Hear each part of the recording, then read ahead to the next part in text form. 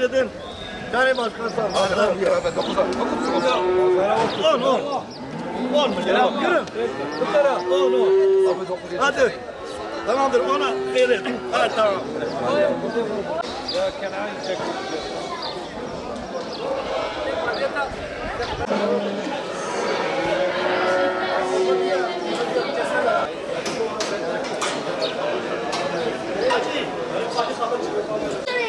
Edici'den kapışmıyor.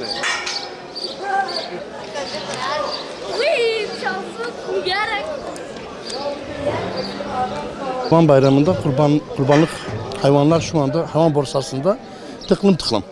Yani hayvanlar şu anda var fakat maalesef alıcısı yok. Yani kurbanlık hayvanlara gelmesine rağmen şu ana kadar bir alıcısı gözükmüyor. Ama ki şu bayramın son 1-2 günü yani bir canlılık olabilir ama şu anda maalesef bir canlılık yok. Bu artık neden kaynaklıdır? Fiyattan kaynaklı tabii ki büyük ihtimalle. Bir de ekonomik durumdan kaynaklı bir şeydir. Şu anda hayvan geçen seneye oranla geçen sene mesela örnek veriyorum 1.200-1.500 arasındayken şu anda 2.500-3 bin TL küçük baş için söylüyorum bunu. 2.500-3 bin TL arasında değişiyor. Büyük başlar gelince büyük baş çok fiyatlar yükseldi. Büyük başlar geçen sene 12-15 TL iken şu anda 30-40 bin TL arasında değişiyor. Yani büyükbaş çok fiyatlar yükseldi. Şu anda hayvan pazarımızda hayvan talebi çok az. Millette genelde para yok. Yani neden para yok? Hayat şartları biraz zorlaşmış. Hayat şartları zorlaştığından dolayı alım gücü millette yok.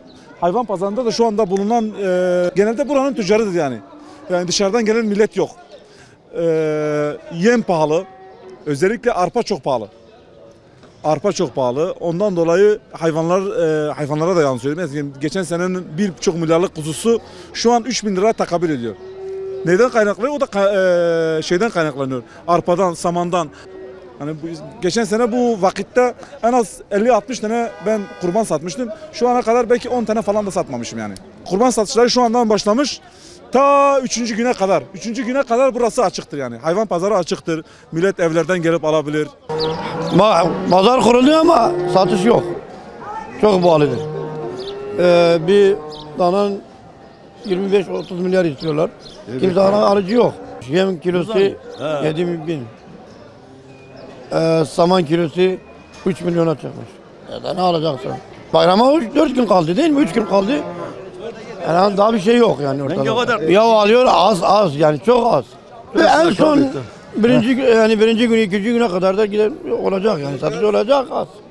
هم جد بدري حيوان مثلا حيوان تفروشن حيوان ابى حفتكي مستدا قرباني ما كريا ما لي بلي يسال جبونا جوهنجي سقنتي هي انك ايكونوميك ساق طريزه كيساكي زيد فروتن شين ابي يعني حيوان تشوف مثلا او دكن قرباني ما يجي 2 milyar حتى 3 milyar نيفادا سبيدكن يبچو مازنجي 25 حتى 30 دچن لي بلي وصل طلبك زياده يسالتنا يعني جبنا قوي قريزة قوي صال زيادة مثلا بين إيميوي جرانة ومرصفة ينكي زيادة جرانة أبى حفتي ما دايدا سبيكرن بل كده يحب حيوان ملفرين نفروت بن بل تاني إنسان خريب زيادة تنا دينا قبضي بس نالي قال في دري باي سيروج شاروج عيد رماني كسك خريب زيادة تنا يعني جبنا قونا كي حيوان زيادة جرانة وإقتصادي جبش كي قريزة كي أوجي هي Yani jbona aboriya xwe bikin insan zêde dem talebe ki wisa zêde jbona qurbanê sal tune.